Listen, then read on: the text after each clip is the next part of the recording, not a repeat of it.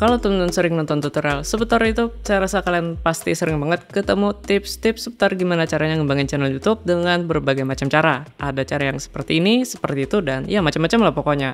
Nah, jadi sering berkembangnya waktu, bisa jadi tips-tips seperti tadi sudah nggak berlaku lagi sekarang ini. Kenapa? Ya seperti yang kita tahu, makin hari algoritma YouTube juga makin berubah-ubah, jadi tips-tips yang sering kita dengar bisa jadi sudah nggak berlaku lagi di algoritma YouTube yang sekarang ini. Nah, jadi di video kali ini saya akan rangkumin 5 tips seputar YouTube yang bisa dibilang sudah expired dan nggak bisa kita pakai lagi sebagai acuan utama nih kalau misalkan kita ngembangin channel YouTube di algoritma YouTube versi 2024 ini. Pertama, upload video setiap hari. Nah, teman-teman mungkin pernah dengar istilah kalau misalkan channel kita pengen cepat naik, kita harus sering-sering upload video. Tips ini itu memang benar banget kalau misalkan kita ngomongin YouTube yang zaman dulu. Cuman kalau misalkan di algoritma YouTube yang sekarang ini, YouTube itu lebih mengutamakan kualitas konten dibandingkan jumlah konten yang bisa kita upload setiap harinya. Makanya nih, kalau misalkan teman lihat ya di bagian feed rekomendasi video, itu kebanyakan video yang direkomendasikan adalah video-video lama, entah itu uploadnya beberapa minggu yang lalu atau mungkin beberapa bulan yang lalu.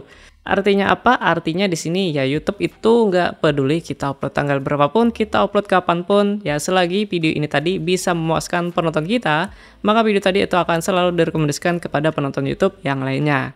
Jadi daripada teman pusing fokus mikirin gimana caranya biar bisa upload setiap hari, saya lebih merekomendasikan teman-teman upload video 1 minggu 1 kali, tapi dalam 1 minggu ini teman-teman bisa memaksimalkan kualitas kontennya tadi. Cuman kalau misalkan teman-teman tetap pengen upload video setiap hari, sebenarnya juga nggak ada masalah, asalkan kalian yakin ya kontennya tadi bisa memuaskan penonton kalian. Yang kedua, membuat channel terpisah khusus untuk video shorts.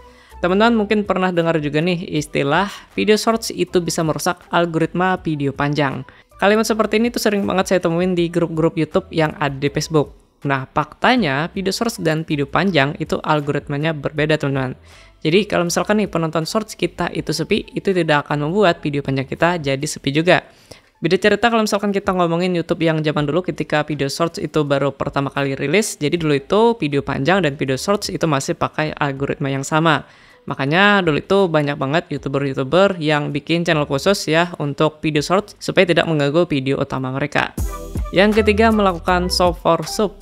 Sub for sub dulu sempat viral banget gitu ya. Bahkan sampai sekarang pun saya lihat masih tetap rame gitu. Nah, kalau misalkan teman-teman tujuannya biar bisa saling sub vote, saya rasa sih nggak ada masalah.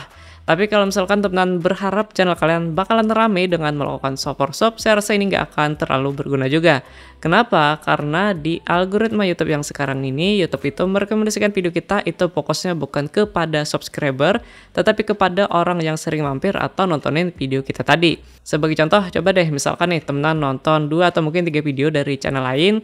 Nanti ketika kita buka YouTube lagi, video dari channel tadi itu akan ikut direkomendasikan juga meskipun kita belum subscribe ke channelnya tadi. Jadi dengan kata lain, sub for sub tadi itu tidak akan membuat channel kita jadi rame, teman-teman. Justru nih, kalau misalkan channel kita ketahuan melakukan sub for sub, channel kita tadi bisa kena istilahnya adalah invalid traffic.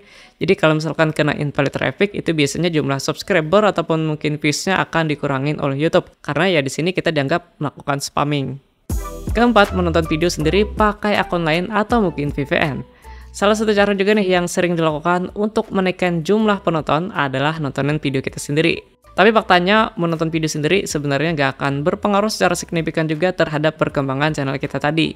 Justru nih kalau misalkan kita sering nontonin video kita, itu bisa kena juga invalid traffic. Nah, jadi untuk ngakalin hal seperti ini, itu biasanya teman-teman itu melakukan berbagai macam cara gitu ya. Salah satunya misalkan kayak pakai akun lain, pakai HP lain, atau mungkin aktifin VPN di HP-nya tadi. Tapi sebenarnya cara seperti ini tuh juga masih bisa ketahuan oleh YouTube. Kenapa?